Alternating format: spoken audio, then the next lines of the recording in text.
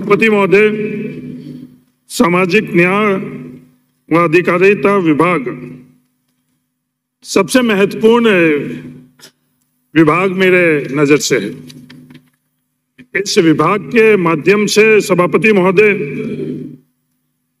जो भी सरकार है उसके सरकार की सामाजिक नीतियां परिलक्षित होती है। सभापति महोदय, मौजूदा सरकार, कांग्रेस की सरकार गरीबों के लिए, पिछड़ों के लिए, दलितों के उत्थान के लिए, वेलफेयर के लिए इनके हर समय प्राथमिकता रहती है। मेरे से पूर्व वक्ता ज्ञानी व्यक्ति सेठ साहब ने बात तो बहुत करी रामराज की,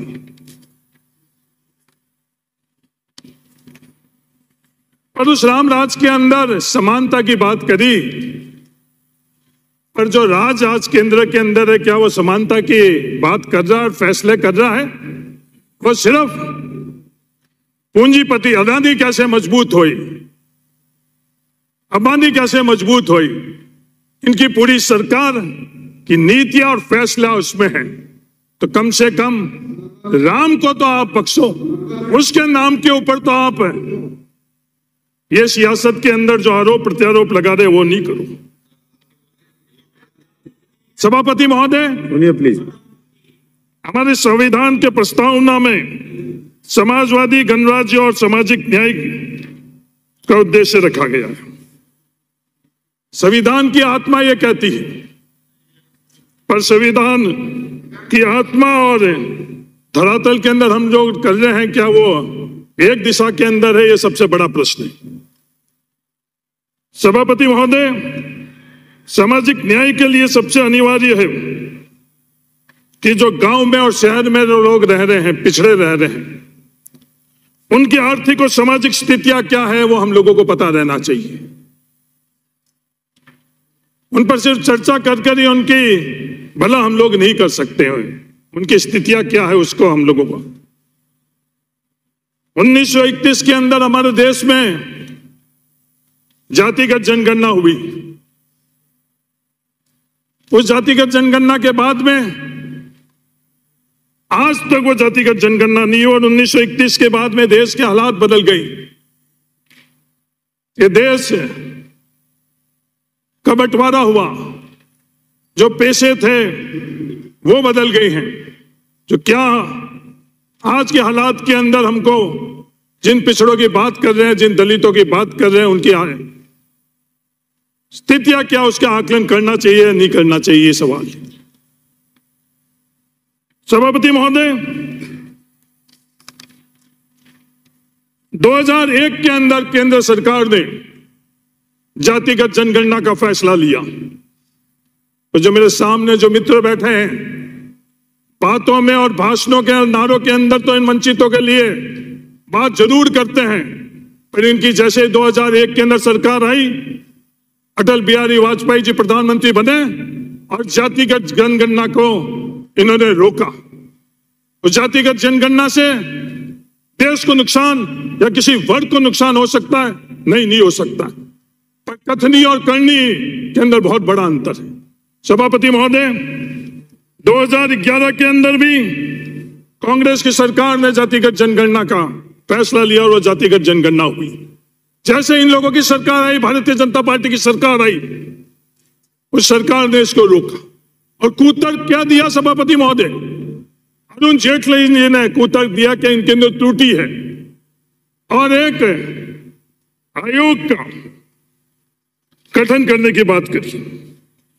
अरविंद पंकटिया जी के अध्यक्षता के अंदर सभापति महोदय 3 सदस्यों के आयोग की बात करी, और आज तक 3 सदस्यों के अंदर 2 सदस्यों को उसके अंदर उन्होंने नॉमिनेट नहीं किया, और अरविंद पंकटिया जी खुद ने इस्तीफा दे दिया। सभापति महोदय, ये इन लोगों का कृत्य है। इनको वोट चाहिए, राम राज्य इनको चाहिए। आज जब बात करते हैं, जब धर्म की बात करते हैं, तो उस धर्म के अंदर जो स्थितियां हैं, जो वंचित लोग हैं, उनके लिए इन लोगों को कैसे हक और अधिकार मिले नियम और कानून में, उस वक्त इनका जो हक और अधिकार के लिए कलम करना चाहिए। और ये जो गरूर कर रहे हैं बहुमत का, ये बहुमत किससे मिल रहा है? इस देश के वंचितों से मिल रहा है। सुनिए, पर ये कथनी और करनी के अंदर इन लोगों का। सुनिए प्लीज। सभापति महोदय जी, जो अंबेडकर जी के बारे में ये बात कर रहे हैं, उन्होंने यह भी बोला समानता एक कल्पना हो सकती है, लेकिन फिर भी इसे एक गवर्निंग सिद्धांत के रूप में स्वीकार करना होगा। क्या आप लोग इस गवर्निंग सिद्धांत के रूप में स्वीकार कर रहे हो? इसका उत्तर है नहीं। तो अंबेडकर जी को आप पढ़ो, समझो और उनको ग्रहण करो। सिर्फ अंबेडकर जी को बोलकर और किसी के क्या हालात बना रखे। सभापति महोदय जी, जिन वंचितों की ये बात कर रहे हैं, आज केंद्र सरकार के अंदर ग्रुप ए के अंदर 48.5 जो एससी के लिए रिजर्व्ड है, वो पद रिक्त पड़े हैं। एसटी के लिए है 53.2% और ओबीसी के लिए है 60.9%। ग्रुप बी के अंदर एससी के लिए 60.01%, एसटी के लिए 60.7% और ओबीसी के लिए है 74.8%। ग्रुप सी में एससी के लिए है 45.8%, एसटी के लिए है 53.3% और ओबीसी के लिए 60.3%। हाँ, भीलों का योगदान रहा, उन भीलों का योगदान रहा है। तो इस योगदान के बदले के अंदर जो नौकरियां मिल रही है, वो नौकरी अगर आप दोगे तब जाकर हम इस योगदान को हम लोग मानेंगे। और सिर्फ बातों के लिए हम उसके योगदान और वाहवाही करके उनको भीलों के लिए हम कुछ नहीं दे पाएंगे। ये हालात है सभापति महोदय। 40 सेंट्रल यूनिवर्सिटी है, 40 सेंट्रल विश्वविद्यालय के अंदर, केंद्रीय विश्वविद्यालय के अंदर एक भी पिछड़ा जाति का प्रोफेसर नहीं है। हकीकत यह है, जब हकीकत आप लोगों को बताते हैं तो तकलीफ होती है। सभापति महोदय, समानता के लिए सबसे बड़ा योगदान इस दुनिया के अंदर देने वाले व्यक्ति अब्राहम लिंकन। हमारा सौभाग्य है, हमारे देश के अंदर आजादी के बाद में जवाहरलाल नेहरू और डॉक्टर अंबेडकर ने हमको समानता का अधिकार दिया। पर बाकी दूसरे देशों के अंदर नहीं। बहुत बड़ी क्रांतियां हुई, रक्त क्रांतियां हुई, बहुत विवाद हुए, उसके बाद उनको समानता का अधिकार मिला।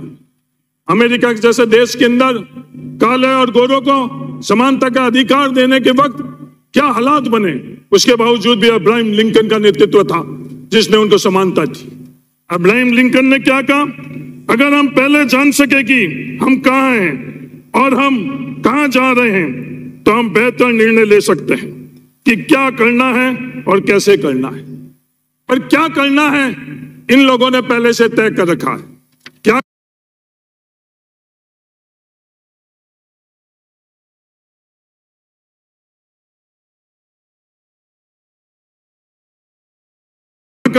ये जातिगत जनगणना के संदर्भ में आज केंद्र को निर्णय लेना चाहिए। मैं आपके माध्यम से राजस्थान सरकार से निवेदन करना चाहता हूं, इनसे आस खत्म हो चुकी है। तो बिहार की तर्ज के ऊपर राजस्थान के अंदर भी जातिगत जनगणना करा कर हम लोगों को राजस्थान के अंदर किसकी क्या स्थिति है। ये बात कर रहे हैं कि भाटों की स्थिति, भाटों की क्या संख्या है, किसको पता?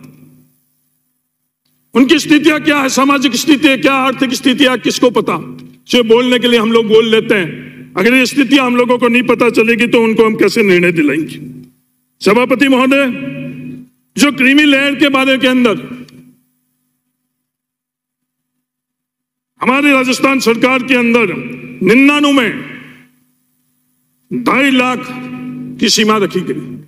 99 और 2019 कितनी सरकारें आई। मैं धन्यवाद देना चाहता हूं मौजूदा सरकार अशोक गहलोत जी को कि क्रीमी लेयर 8 लाख 2019 के अंदर करी। पर इन वंचितों के लिए कोई निर्णय होए उसकी चर्चा हम लोग नहीं करेंगे। विवाद कैसे होए, फोटो लगे या नहीं लगे, ये फोटो लगाने के लिए ये वंचित नहीं आई हैं। हमारा समाज राजस्थान कैसे आगे बढ़े, इसके लिए हम लोग यहाँ ये फोटो लगाने के लिए नहीं आए। हम लोग ये सोच है अपनी अपनी। और सेंट्रल गवर्नमेंट के अंदर 2017 के अंदर 8 लाख। सभापति महोदय, अगर हमें आईपीएस बनना हो तब तो हम लोगों के लिए 8 लाख की क्रीमी लेयर का प्रावधान, और कांस्टेबल बनना हो तो 2.5 लाख का क्रीमी लेयर का प्रावधान। क्या यह न्यायोचित है? कोई भी निष्पक्ष तौर के ऊपर इसका आकलन करे कभी भी या नहीं। अगर हमको आईएएस बनना हो तो हमारे क्रीमी लेयर का 8 लाख का, और अगर हमको चतुर्थ श्रेणी का कर्मचारी बनना हो तो 2.5 लाख।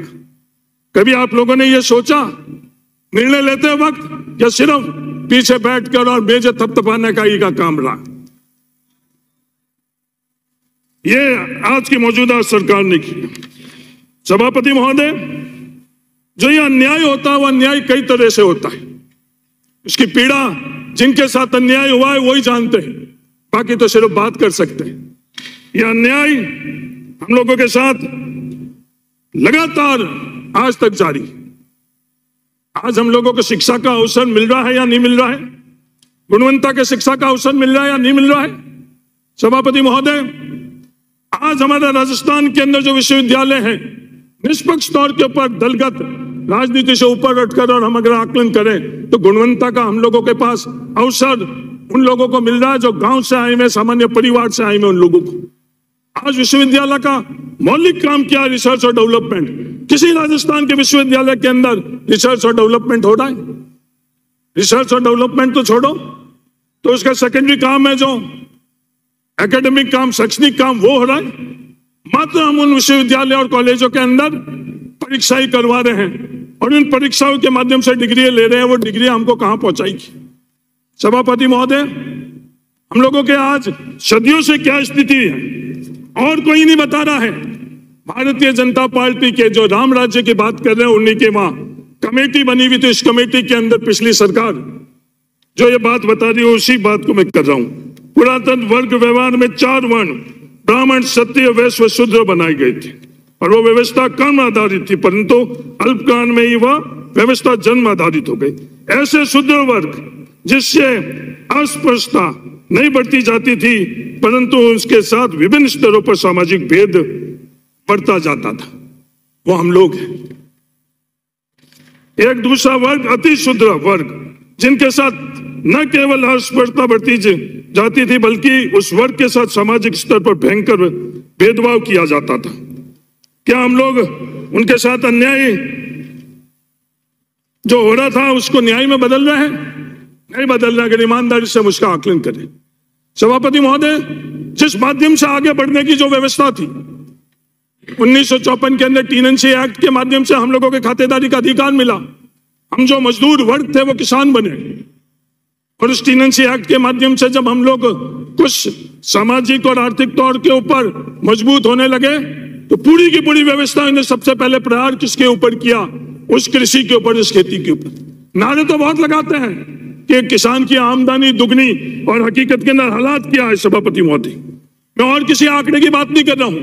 हमारे देश की स्टैटिस्टिकल सर्वे, जो नेशनल स्टैटिस्टिकल सर्वे, वो ये कह रहे हैं कि देश के किसान की आमदनी सिर्फ 27 रुपए है, सिर्फ 27 रुपए।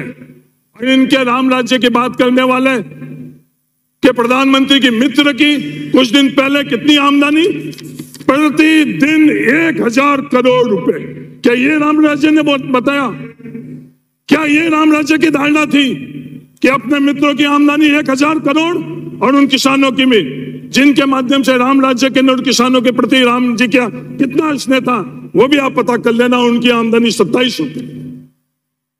ये हालात हम लोगों के साथ। उस 27 रुपए के बाद में भी हम लोगों को जो इकलौता माध्यम हम लोगों के पास में इन लोगों ने छोड़ा, वो क्या छोड़ा? कि शिक्षा के माध्यम से नौकरी। और शिक्षा के माध्यम से नौकरी के अंदर हमको और किसी ने भीख नहीं दी। संविधान ने हम लोगों को अधिकार दिया आरक्षण का। उस आरक्षण को क्या हम लोग लागू कर पा रहे हैं? सभापति महोदय, अगर ये प्रश्न ईमानदारी से करें तो इसका उत्तर होगा ना। ये विवाद करेंगे, क्या आरोप प्रत्यारोप करेंगे। सदन के प्रतिपक्ष के उपनेता ये बात करेंगे कि हरीश चौधरी उसमें शामिल है। इन्होंने इससे पहले भी आरोप लगाया, इनके मांग और आरोप के आधार के ऊपर सीबीआई की जांच भी हो गई और जो कुछ भी फैसला होगा वो मंजूर है। मैं आज उस बात को वापस दोहरा रहा हूं कि आप विवाद और आरोप लगाना जितना लगा दो, मूल मुद्दे, मूल सवाल